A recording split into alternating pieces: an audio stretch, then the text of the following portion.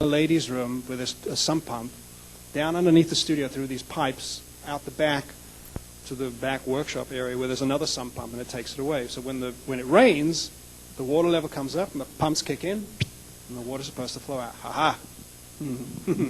We, in our engineering neglect, I guess, the pipes that run from the top sump pump to the bottom one at the end of the studio were not cleaned out properly. So after the concrete had been put down and the floors had been laid, March, April, big storms, all of a sudden we see the floor of the studio is going whoop, whoop, whoop. They had to rip up the whole floor and start again. And it happened many times, actually, even after that. So, yes, Jimmy got his wish. He loved being underwater. Yeah, I'm sorry, I digressed. No, not a problem. I'd like to say you have wonderful ears. I think they're fascinating. Which one? That one? Stereo. Oh, good. Last summer I had a chance. I saw Jimi Hendrix's sister in a celebration out in Seattle when they got the rights back. That was a great show. Beyond that, I sit there and I love to record as a novice, and I love to mix as a novice, and I love to play as a novice.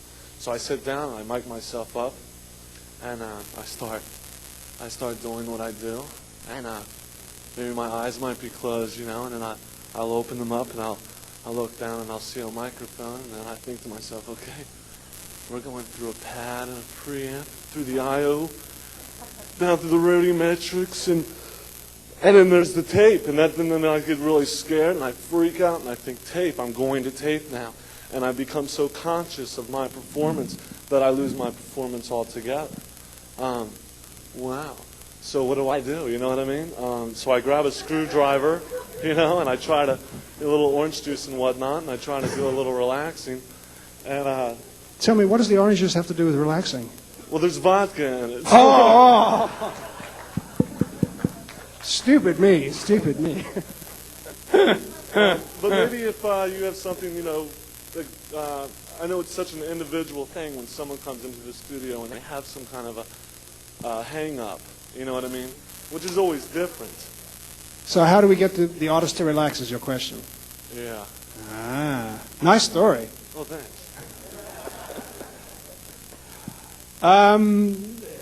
Other than the vodka, I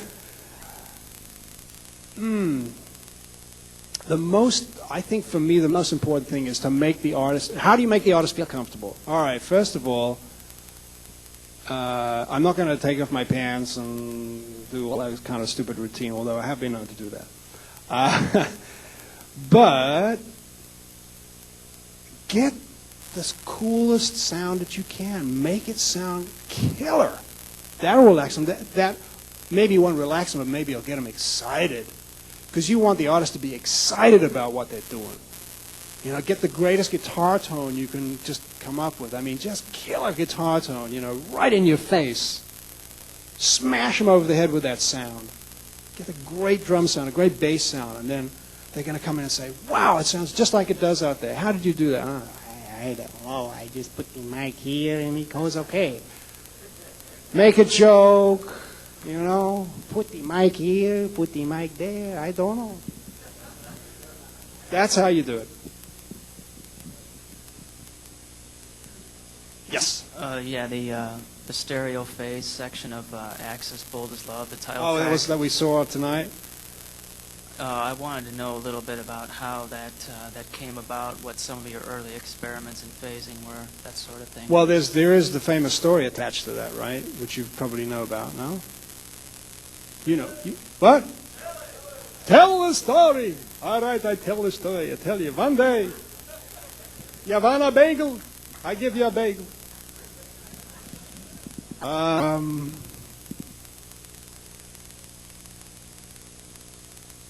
We were experimenting with phasing. Actually, yes, it ties into the Beatles. Dear George Martin. Dear George, take a letter to George Martin. Thank you very much, Mr. Martin, for showing us how to do phasing. And he did. We asked George, how the hell did you get phasing? I mean, how did you come up with it? And he said, well, perhaps that was quite simple, really. You have to look in the BBC Radiophonics Handbook from 1949, and I swear to God this is true. He worked for the BBC. I don't know if you all know that he was a producer for the BBC, and he did a show called The Goon Show, which was a radio comedy series, a half hour every week. Peter Sellers, Spike Milligan, and Harry Seacombe. Anyway, the BBC has had, I don't know if they still have it, but they had an experimental lab called the Radiophonics Workshop. And in it, these guys, all they would do is just dream up crazy ideas, you know, build special boxes. These are real wacko kind of guys, but very knowledgeable. And they came up with a handbook every year that described their experiments and the stuff that they built. And one of the things that they had come up with was this phasing thing. Either they had accidentally come across it or whatever. And he said that he had read about it, and he put it in his mind, you know, and he, during the time in 56, 57, when he was working with this Goon Show thing for the BBC, he would go to the Radiophonics Workshop and say, hey, look, I need a backwards tape, blah, blah, blah, blah. And they would come up with a backwards effect or special effect for him. So he obviously had kept this knowledge in his head, and when he went to work with the Beatles there, however many years later, 63, 2, whatever it was, and then through that whole period, and working at EMI Studios with their great engineers, the Beatles said to him, well, yeah, we want this sound. Can you come up with something different? You know, because it started with ADT, automatic double tracking, right, where you take a signal, you feed it out into another tape machine, and then it doubles it up, and it gives you like, you know, 30 IPS or 60 IPS slap, and that's kind of half of what phasing is. And the idea, of course, is you take the signal. Who knows how to do it, by the way? Real tape flanging, you know? Quite a few of you. Okay, good.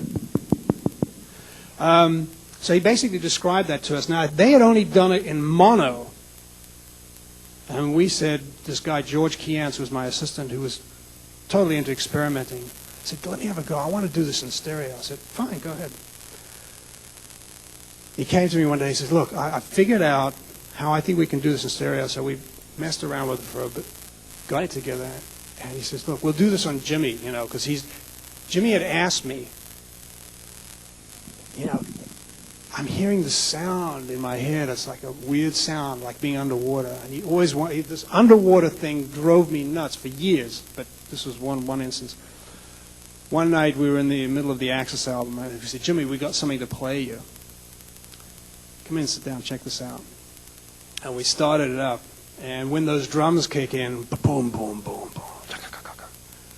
the phasing kicked in. It was great, and I was just, you know, using the VFO controller, which is the 60 cycle or 50 cycle, whatever it was in England, controlling, and this drums are flying.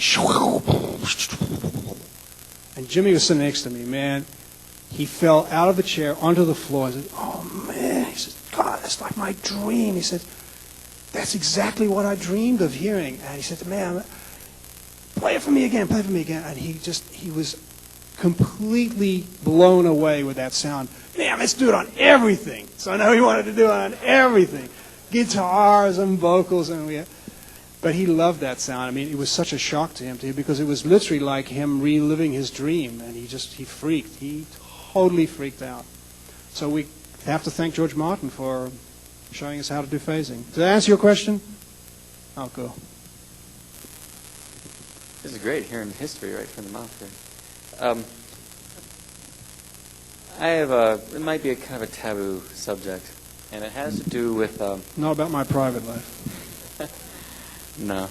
It's about drugs in the studio, and we teach that it's not professional. No, it's and, not. It doesn't have a place in the studio.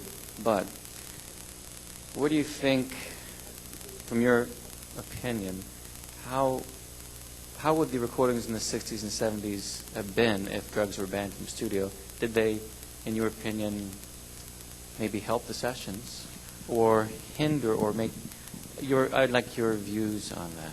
It's kind of a history thing here. Well, from a historical perspective, I think drugs were so pervasive, I think, in those days. And I think even if you didn't partake, you were subject to a contact high of some degree or other.